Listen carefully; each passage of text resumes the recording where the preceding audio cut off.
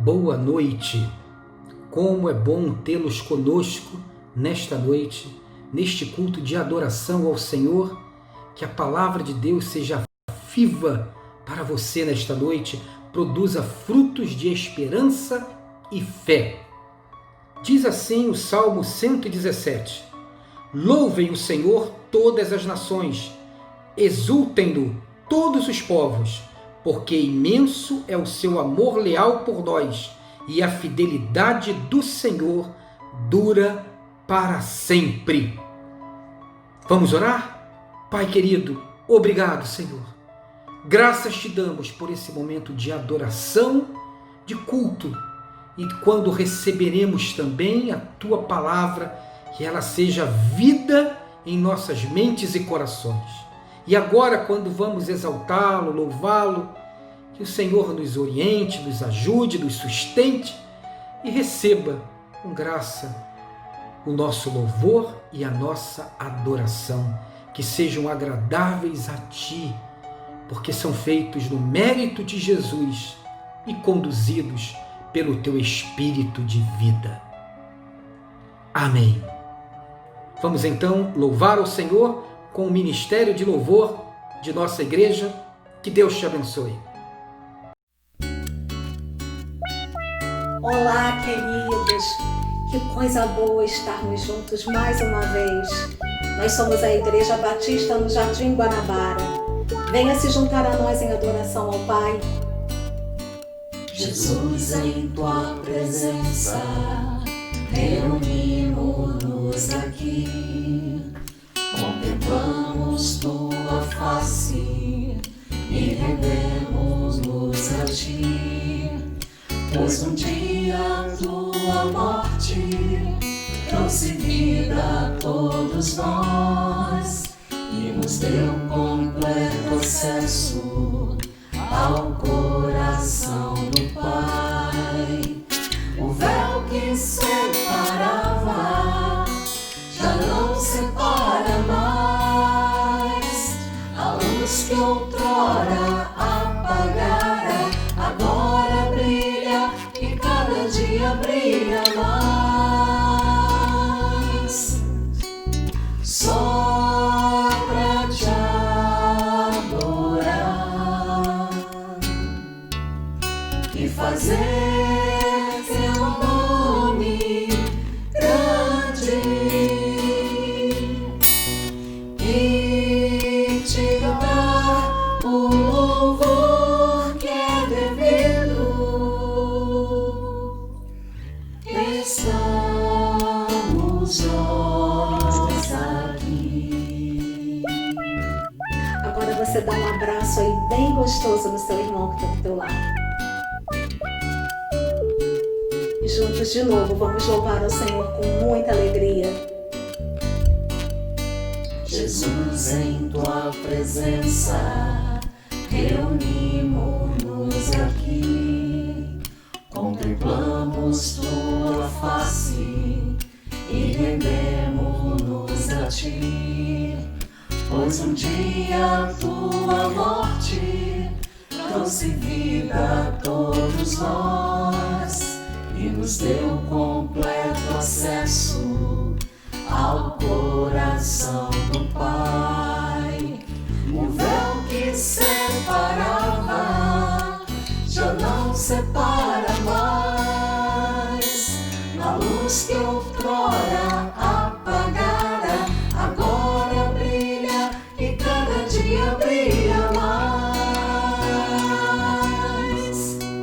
Só pra te adorar e fazer Teu nome grande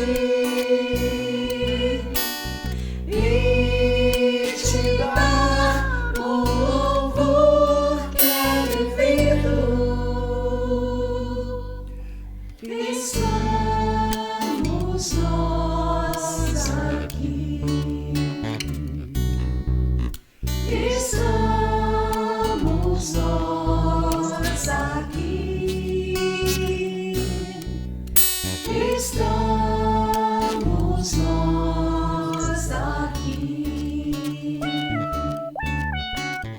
Estamos nós aqui, Senhor, juntos, unidos em adoração a Ti.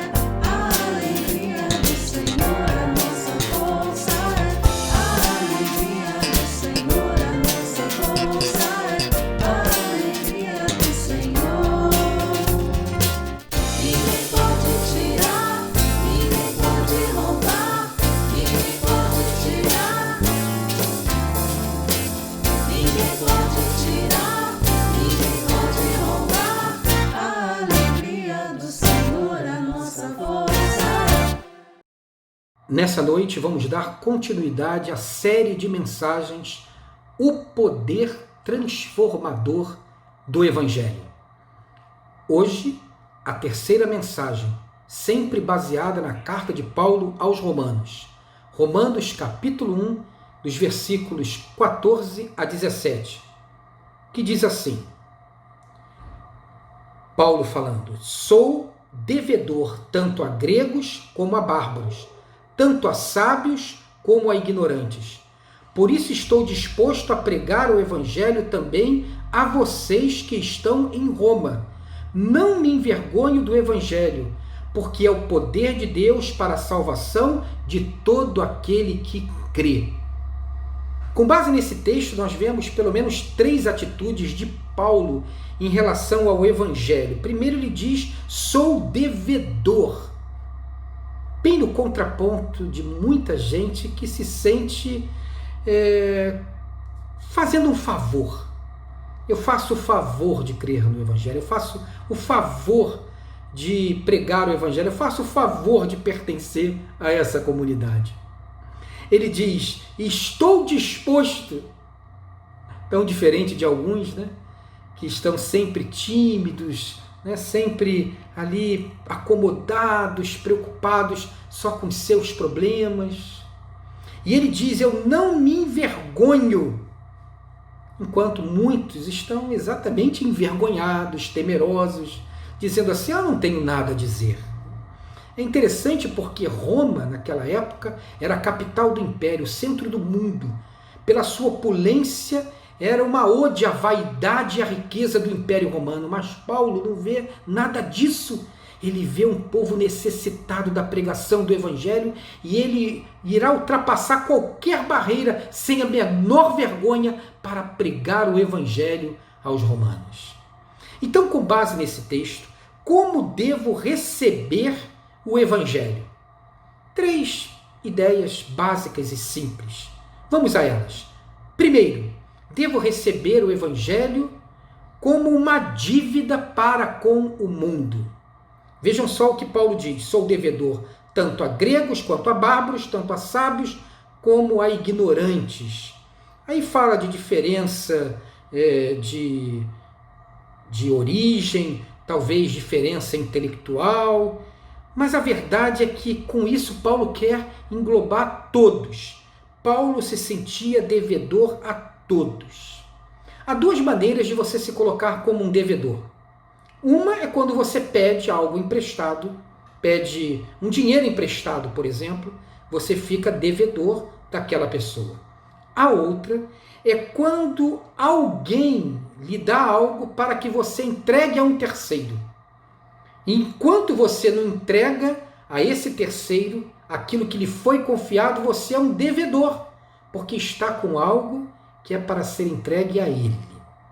É nesse sentido que Paulo se sente um devedor.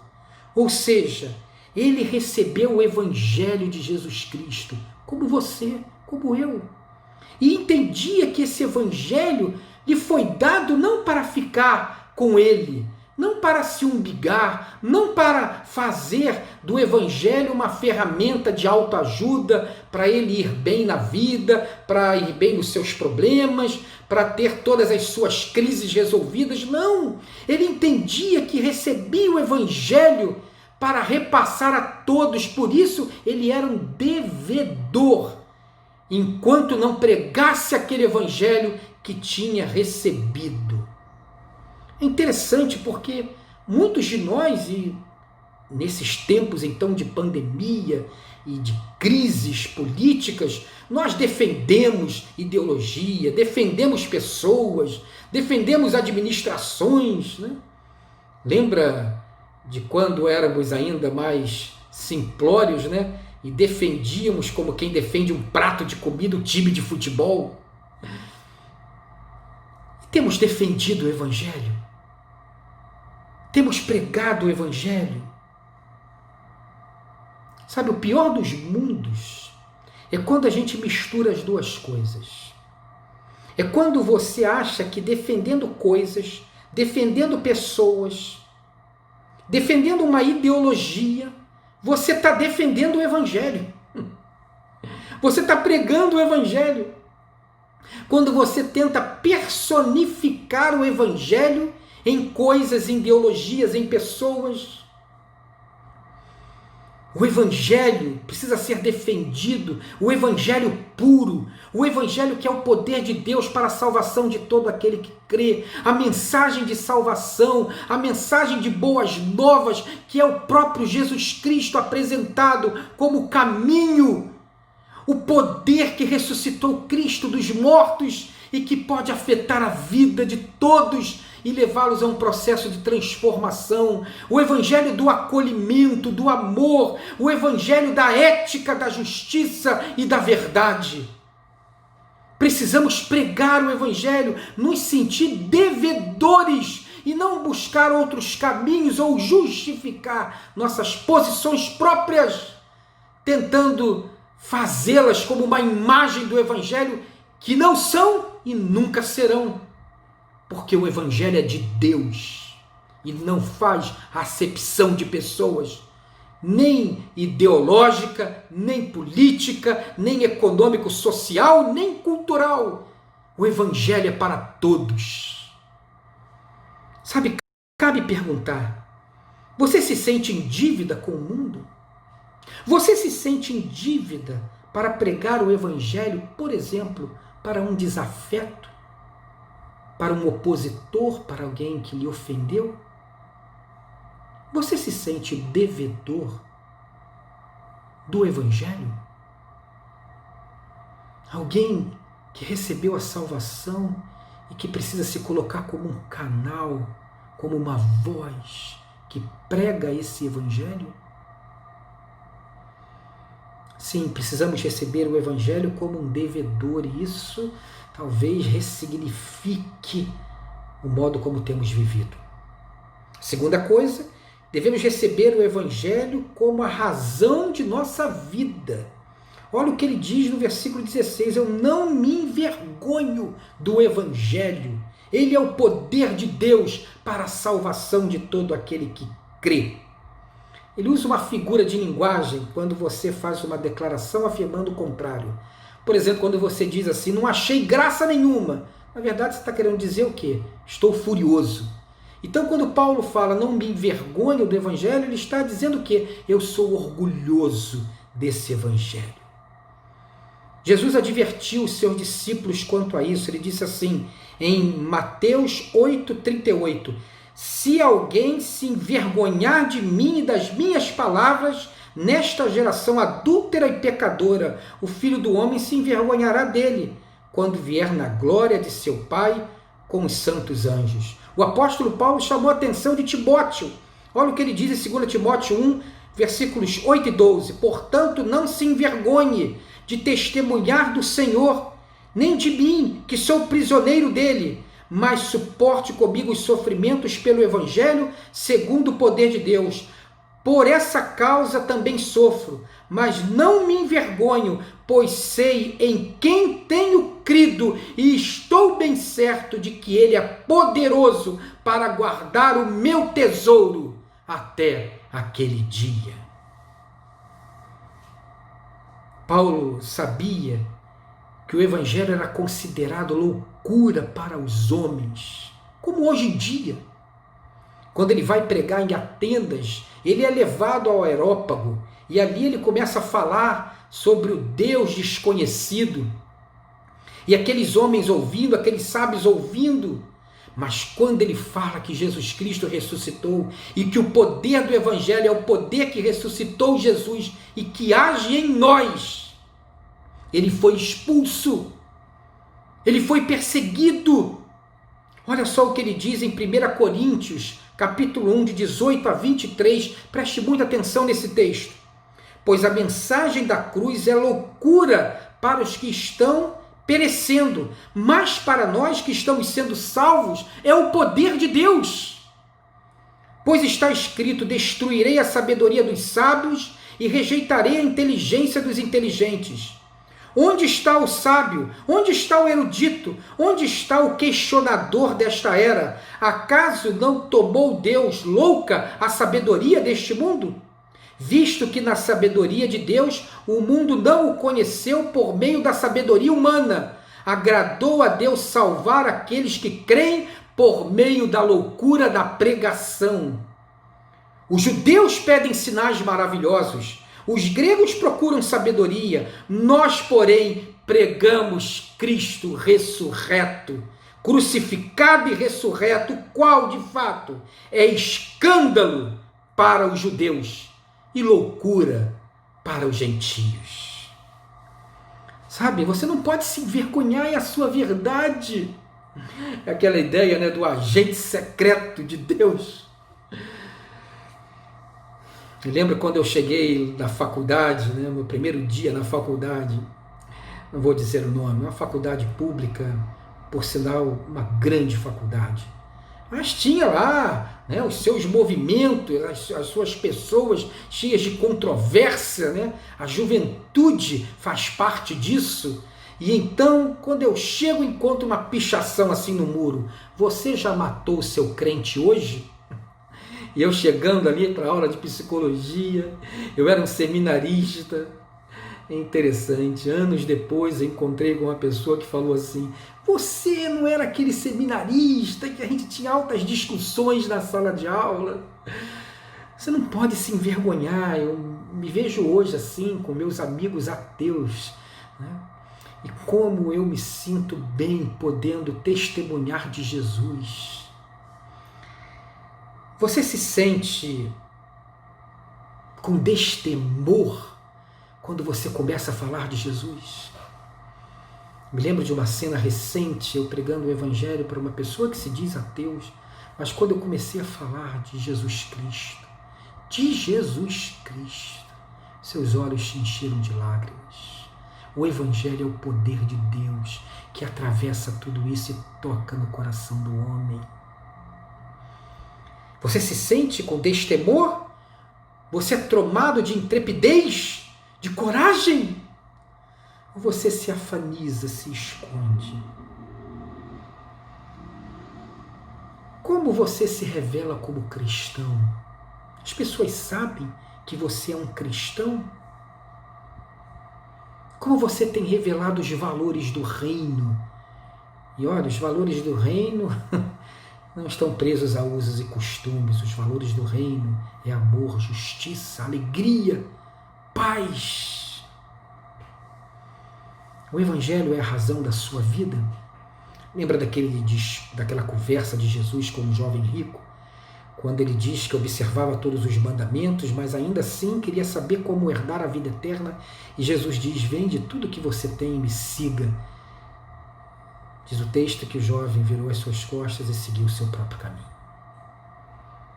Às vezes estamos virando as costas para Jesus, diante dos outros, a nossa maior verdade. Como assim, pastor? Sabe por quê?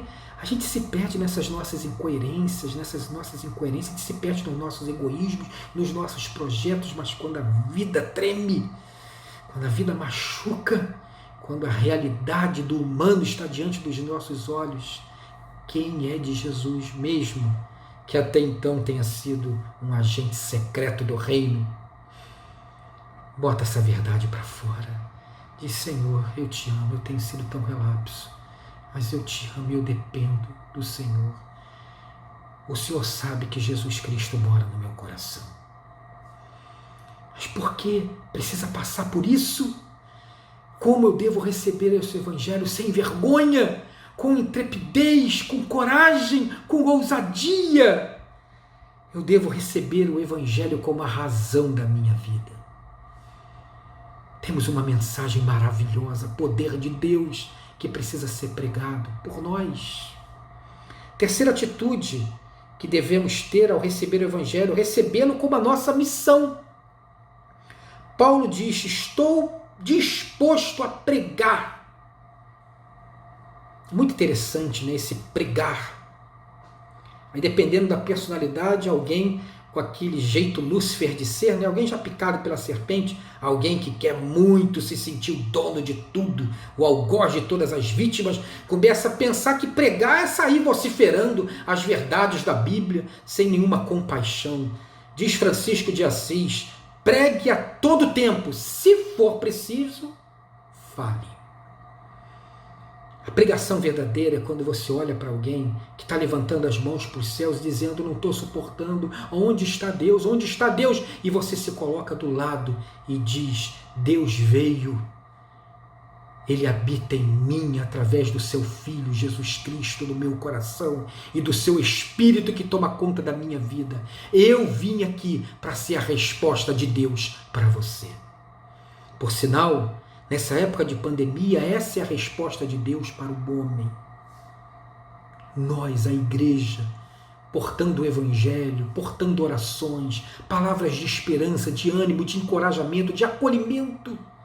Ai, quando eu vejo um cristão com palavras de acusação, com palavras de discórdia, indo na contramão de tudo, se despreocupando com a vida, eu não consigo compreender cristãos ou pessoas que se dizem cristãs, que passaram esses 4 meses da pandemia e não tiveram uma palavra de comoção pela dor dos enlutados, que ainda não se colocaram em oração por essa gente bonita, estes sim, guerreiros do Brasil, que estão arriscando a sua vida e arriscando a vida da sua família nas trincheiras dos hospitais. Pessoas valorosas. Como um cristão não vai reconhecer o valor e orar por essa gente? Como um cristão não vai orar para que todas as iniciativas de bem sejam abençoadas por Deus? Como um cristão não vai se comover?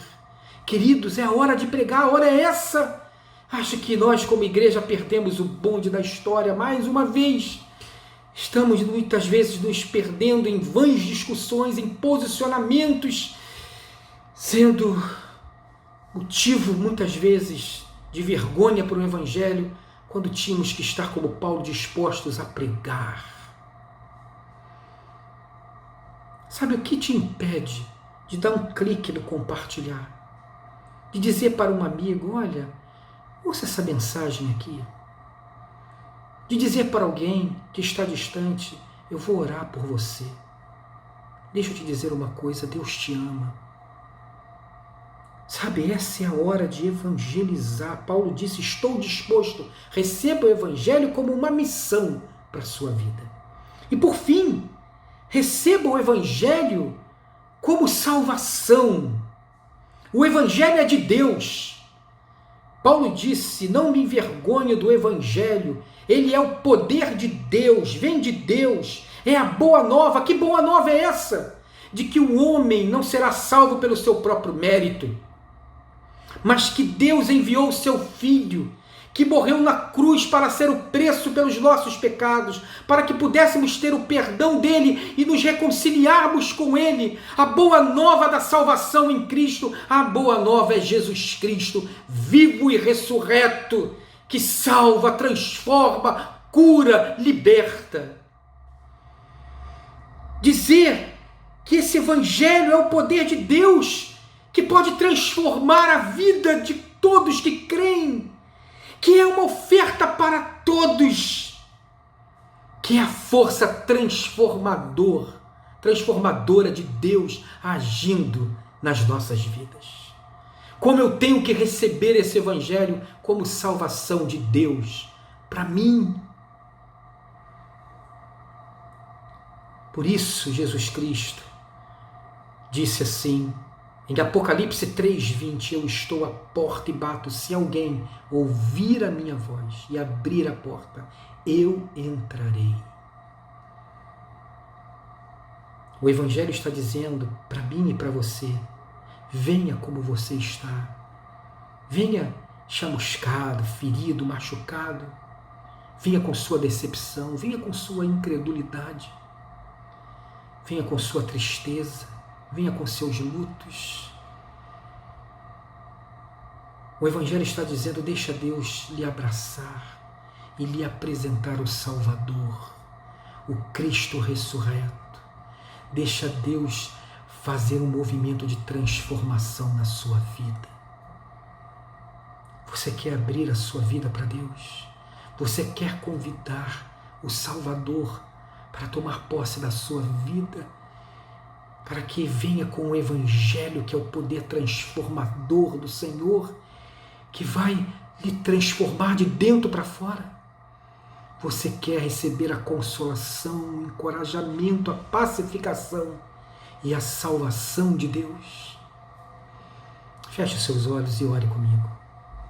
Pai querido, eu ouvi agora esse sermão.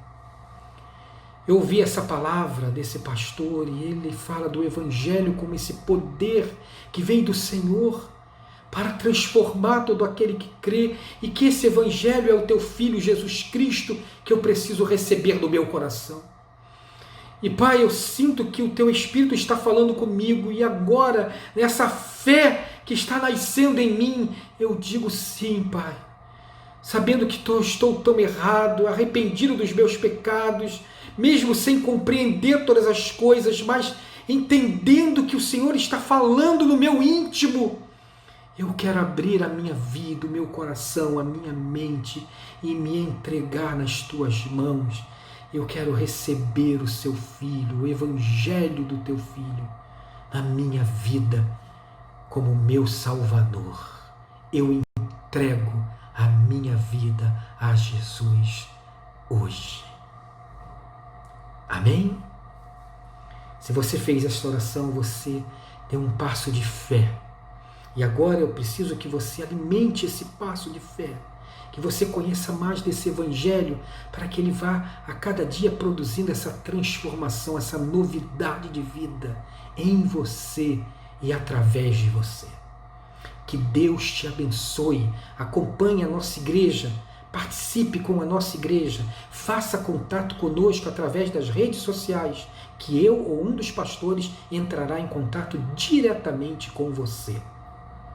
E meu irmão, que você perceba que esse Evangelho está na sua vida, que você seja esse abençoado que abençoa, em nome de Jesus.